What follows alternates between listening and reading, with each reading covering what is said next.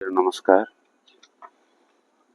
आज संस्कृत श्लोकटा होची विवाद धन संबोध याचनम याति भाषणम यादानम ग्रत स्थानम मैत्री भंगरस्य हेतवः। आर मीनिंग होची यदि वाद विवाद धन के लिए संबंध बनाना है या मांगना है, अधिक बोलना है, ऋण लेना है, आगे निकल के चाह रखना है, और ये सब मित्रता टूटने की कारण है। माने मित्रता ने हम जो फ्रेंडशिप जो भांगी होची, वाद विवाद करिया, क्वारेल करिया, ऋण नबा, आउ ताडू आगु आमे पळियाउ चाहया, माने कंपटीशन करी, ये सब हेले हमर जो मित्रता जो फ्रेंडशिपटा सब बळे भांगी जाए। तो सेटू आमे दूरे रहयो। जय जगन्नाथ, जय जगन्नाथ, जय जगन्नाथ। उपवास विषय मु आज गोटे जिनस कहवा चाहूची।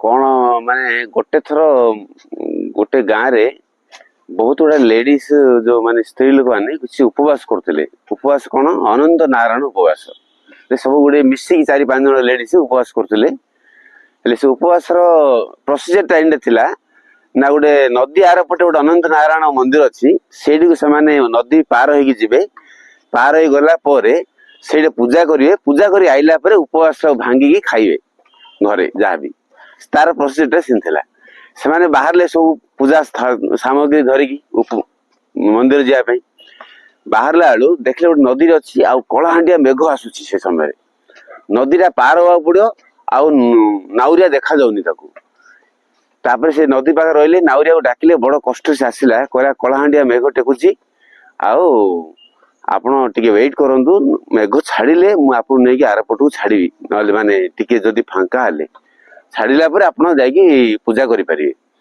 नले मु छाड़ी परिनी एबे इंदी कष्ट बोली कहरु से हो ठीक अछि वेट करले। वेट करिया भितरे गोटे साधु जणे से साइड रे जाउथिले, से साधु जाउथिले एतलो से साधु जाईकी किछि फ्रूट्स तांगे देले नै, किछि फ्रूट्स खाया पई जिंस देले साधु। से साधु कौन कला, साधु बाबा तो बुलुथिले, से ताकू ग्रहण कले, ग्रहण करी खाईकी तार कुटीर को पळेले। तापरे नाउरिया को जतले कहले हम पार हेबार अछि, नाउरिया कौन कहले ना कलाहांडिया तो मेघ आसुची, किंतु आपण जदी प्रकृत रे जदी उपवास करूचो बेले तूफान झड़ तूफान आउ कलाहांडिया मेघ किछ आसीओनी, आउ मु आपन को नेकी छाड़ी पारिबी कहले। बुझि पारले कहरु जदी सतर जदि उपवास करछो एली कहरु कहला हां आमे सतर उपवास करछु कहले। जेतरे नौका धरि आइले कलाहांडिया मेघ आसिला, हठात वर्षा पळैला एली कहरु से नाउरिया तम कहला नाही तमे सतर उपवास करना, आज मिछ करछु एली कहले। एली कहरु नाही नाही आमे जो उपवास करछु, आमे सकाळटू खाइनु, आमे जल्दी पूजा करी आइले खाइबु। से खाली गोटे जिंस पर बारंबार कहले जल्दी उपवास करी आइलु, सकाळ भूख होलानी, एते भूख होइছে आ संभाळी होनी एली कहले। कहरु से नाही तमे उपवास करना, से जो साधु अछंती से एक्चुअली उपवास करछन कहले।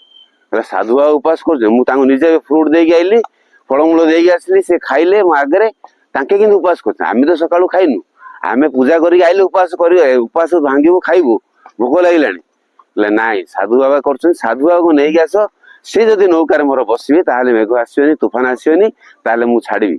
नाइले मानिलेनी, नाइले साधु बाबा डाकु ना देली कहले। साधु बाबा आसिले, जिने साधु बाबा बसिकी आर पारिकी गले, आउ झड़ तूफान मेघ होलानी, मेघ कुआडे पळेला, तापर पार हो गले से पूजा करिकी आसिले। आसिला परे तापर नाउरिया को पचारले तमे एंदी काई कहले, से तो खाइछंती मु सकाळू किछि खाइनी, तांको उपवास करूना माने करूछंती एली कहले, मते उपवास करूनी एली कहले गई लागू। से जिंसरा नाउरिया तांको कहले कि साधु बाबा जो खाइले आपण ताको प्रसाद जाईकी वॉलंटियर देले, से खाइले आपण मागी नांती, ताकर खाइयार इच्छा नथिला, किंतु आपण देले से ताको ग्रहण कले। किंतु आपण उपवास थाईकी मतो सकाळू खाइबी खाइबी खाइबी खाली खाऊ किंतु उपवास भांगी देबी, मु खाइबी। उप माने कौन, उप माने पाखरे, बास माने बास करिया, भगवान को पाखरे जो माने बास करिया सेटा हो उपवास। इमि नाइ के खाली खाइबी खाइबी बेले मन रे थिबो, किंतु किछि भगवान कर इ नथियो। सेते भाई हेली सेडो से बुझिले कि माने खाय उपवास माने कौन, खाली उपवास करदाटा किछि नै, मन जदि तो खाली मु किंतु उपवास भांगी देबी खाइबी पेटे हबो, आ दीटा जगह माने गुटे चोड़ा जगह दीटा चोड़ा खाई से भावटा जब मन रहा ताले से उपवास कौन प्रकार ତାତ୍ପର୍ଯ୍ୟ ରହିବନି। ଏତିକି କହି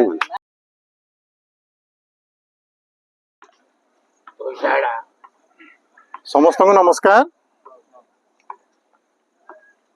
ଭାଇମାନେ, କେତେକ ଧର୍ମଗୁରୁ ସେ ମତ ଦିଅନ୍ତି ଯେ ଦୁଃଖର କାରଣ ହଉଛି କାମନା ବା ଇଚ୍ଛା ବା ଆଶା। ଆଶା ହିଁ ଦୁଃଖର କାରଣ। କିଛି ଧର୍ମଗୁରୁ ମାନେ, ସମାଜର ବିଶିଷ୍ଟ ବ୍ୟକ୍ତିତ୍ୱ ମାନେ ମତ ଦିଅନ୍ତି। କିନ୍ତୁ ଅନେକ କିମ୍ବଦନ୍ତୀ ଆଶାକୁ ନେଇ ହିଁ ମଣିଷ ବଞ୍ଚି ରହେ। ଯେମିତିକି ଅନେକ ଦିନର ତଳର କଥା, ଗ୍ରୀସ ଦେଶର ଯଦି ଆମେ ଗୋଟେ କିମ୍ବଦନ୍ତୀକୁ ବିଚାରକୁ ନବା, ଯେ ସେଇଠି ଆଶାକୁ ନେଇ ମଣିଷ ବଞ୍ଚି ରହିବା ପାଇଁ ସେଇ କିମ୍ବଦନ୍ତୀ ସନ୍ଦେଶ ଦିଏ। ଆଶାକୁ ନେଇ ମଣିଷ କେମିତି ବଞ୍ଚି ରହେ ତା ପାଇଁ ସେ କିମ୍ବଦନ୍ତୀ ଏଇ ନିଷ୍କର୍ଷ ଆମକୁ ପ୍ରଦାନ କରେ। ଯେମିତିକି ଗ୍ରୀସ ଦେଶରେ ଗୋଟେ କିମ୍ବଦନ୍ତୀ ଅଛି ଯେ ପ୍ରମିଥିୟସ୍ ନାମକ ଜଣେ ଲୋକ, ସିଏ ଗଲା ସ୍ୱର୍ଗରୁ ଅଗ୍ନିର ରହସ୍ୟ ଆଣିକି ପୃଥିବୀରେ ପହଞ୍ଚେଇଲା, ଗ୍ରୀସରେ ପହଞ୍ଚେଇଲା। ନା ତାର ପ୍ରମିଥିୟସ୍।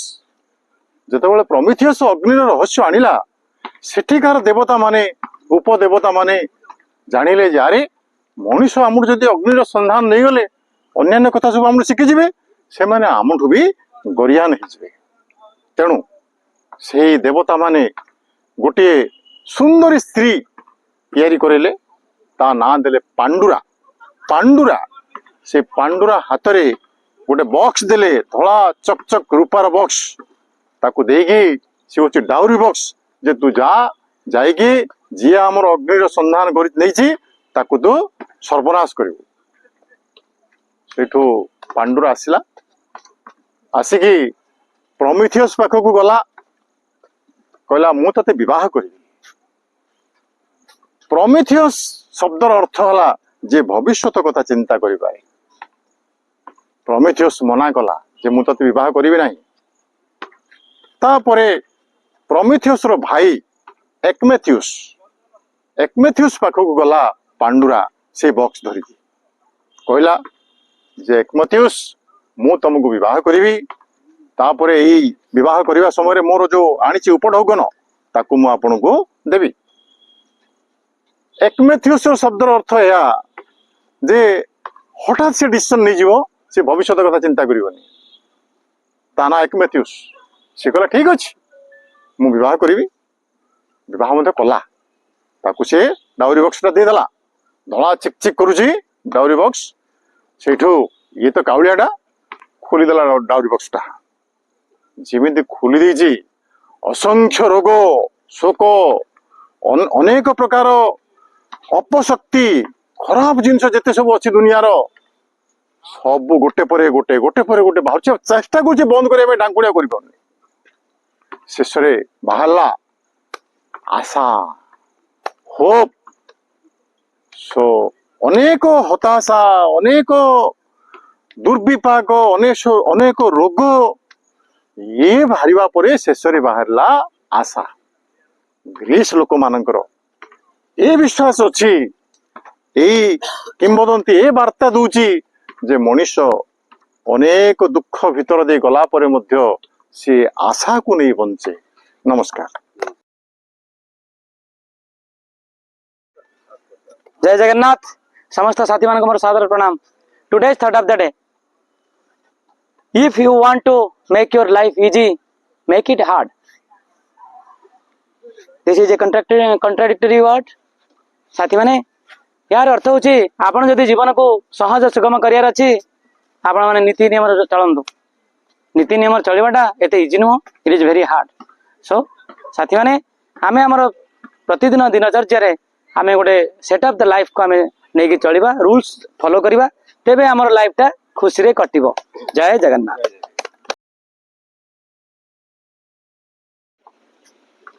समस्त को नमस्कार। ଜୀବନର ବୈତରଣୀରେ ଯେତେବେଳେ ଆମେ ଡଙ୍ଗା ନେଇକି ପାର ହେଉଛେ ଏମିତି ବହୁତ ଝଡ଼ଝଞ୍ଜା ଆସିବ, କଳାହାଣ୍ଡିଆ ମେଘ ଏମିତି ଆସିବ ଭୟଙ୍କର ରୂପ ନେଇକିରି। ସେଠି ଆମେ ବିବ୍ରତ ହେବାନି, ଧୈର୍ଯ୍ୟର ସହିତ ଯଦି ଅପେକ୍ଷା କରିବା କିଛି ସମୟ ପରେ ଆକାଶ ନିର୍ମଳ ହେବ ଆଉ ସେ କଳାହାଣ୍ଡିଆ ମେଘ ଦୂରେଇ ଯିବ। ତେଣୁ ବର୍ତ୍ତମାନ ଆମର ସେଲ୍ଫ କନଫିଡେନ୍ସ, ନିଜ ଉପରେ ନିଜେ ବିଶ୍ୱାସ କରିବା ଯେ ମୁଁ ଯଦି କିଛି କରିନି ମୋର କୌଣସି ପ୍ରକାର ଅସୁବିଧା ହେବ ନାହିଁ। ଯେତେ କଳାହାଣ୍ଡିଆ ମେଘ ଆସୁ, ସେ ଉପବାସ ଥାଉ ନଥାଉ, ତେଣୁ ଧୈର୍ଯ୍ୟ ଏବଂ ସାହସର ସହିତ ଅପେକ୍ଷା କର, ସମୟ ସବୁ କଳାହାଣ୍ଡିଆ ମେଘ ଆକାଶ ନିର୍ମଳ କରିଦେବ। ପାଣ୍ଡୁରା ବକ୍ସ ସାର୍ କହିଗଲେ ଯୌତୁକ ପେଡ଼ି ସେ ହିଁ ସବୁ ଦୁଃଖର କାରଣ। ଯୌତୁକ ହେଉଛି ଏକ ଆମ ସମାଜର କୁପ୍ରଥା ବା ଘୃଣ୍ୟ ପ୍ରଥା। କିନ୍ତୁ ଆପଣମାନେ ଜାଣନ୍ତୁ, ଗୋଟିଏ ତଥ୍ୟ ସୂଚନା ଦେବାକୁ ଚାହେଁ। ଆମର ସେଦିନ ମୁଁ କହୁଥିଲି Hindu law and Muslim law, dowry box, dowry in Hindu law is illegal but dowry in Muslim law is legal. What is the difference then? ଏହା ପାର୍ଥକ୍ୟ ଯେ ହିନ୍ଦୁ ବିବାହରେ କନ୍ୟା ପକ୍ଷ ବରକୁ ଡାଉରି ଦିଏ, ଯୌତୁକ ଦିଏ, କିନ୍ତୁ ମୁସଲମାନଙ୍କର ବିବାହରେ ବର ପକ୍ଷ କନ୍ୟାକୁ ଡାଉରି ଦେଇକି ନିଅନ୍ତି।